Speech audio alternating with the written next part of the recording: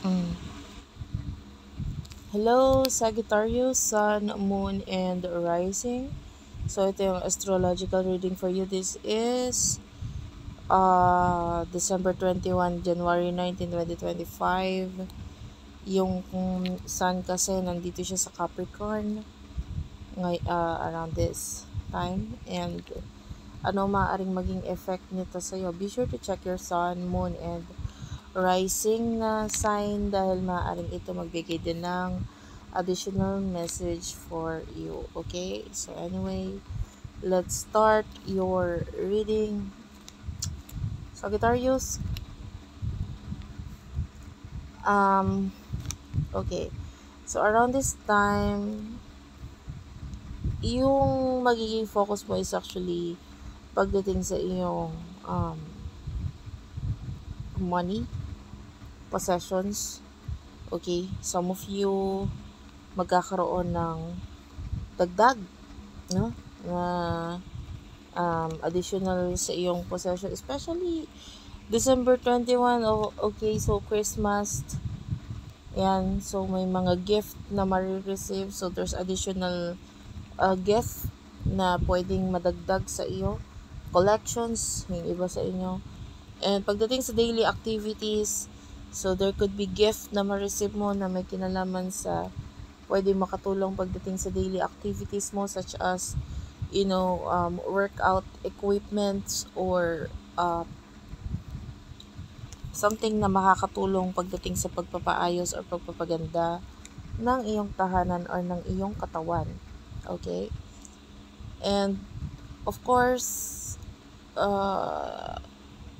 January, so ito ay New Year, so a lot of changes din naman pagdating sa iyong routines, pagdating sa iyong work, okay, or daily activities, no? Pwede magkaroon ng mga pagbabago diyan, especially magkakaroon ng mga New Year's resolutions. So, pwedeng i-implement na yan around this time. And, by the end of this transit, mga January, end of January, or January 20 onwards, ayan na, big transformation with with yourself.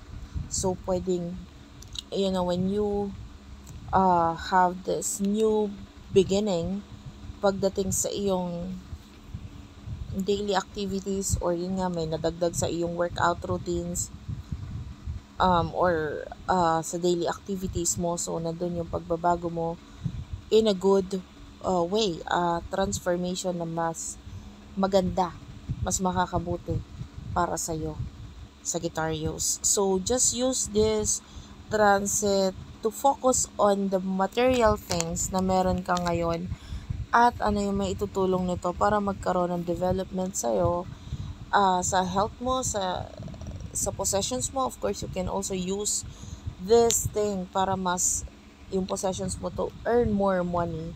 For example, naka-receive ka ng cellphone, or you bought, kung hindi man ibinigay sa'yo, bumili ka ng gadgets or cellphone or even cars. So, how are you going to use these things para mas matulungan ka na magkaroon ng additional na kita or time for yourself? You know what I mean? So, kung paano mo gagamitin ang mga gamit na meron ka ngayon na na-receive mo at marireceive mo pa para magkaroon ng mas magandang outcome or makatulong para sa iyo, no, financially or with regards to your health, with regards to your body. So, yun yung maitutulong ng transit na ito for you. And if you're looking for love,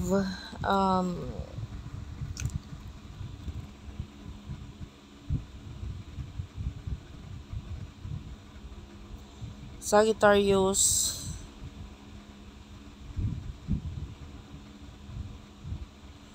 you can find love around the area of your life na, of course, sa iyong career, or with the use of the things na like while you are using your phone, buying phone, buying cars, and mga material na bagay. Pwedeng ma-meet mo yung person na love or interest for you, na pwede magbigay ng transformation pagdating sa iyong pakikipag-communicate, especially around the month of February. So that is it for now. Thank you for watching. Sana nabigyan kita ng message or guidance doon. Please do like and subscribe, and please do comment down below. Sobrang ma-appreciate ko yan. Maraming salamat po. I-end ko na yung reading dito. Maraming salamat and bye-bye.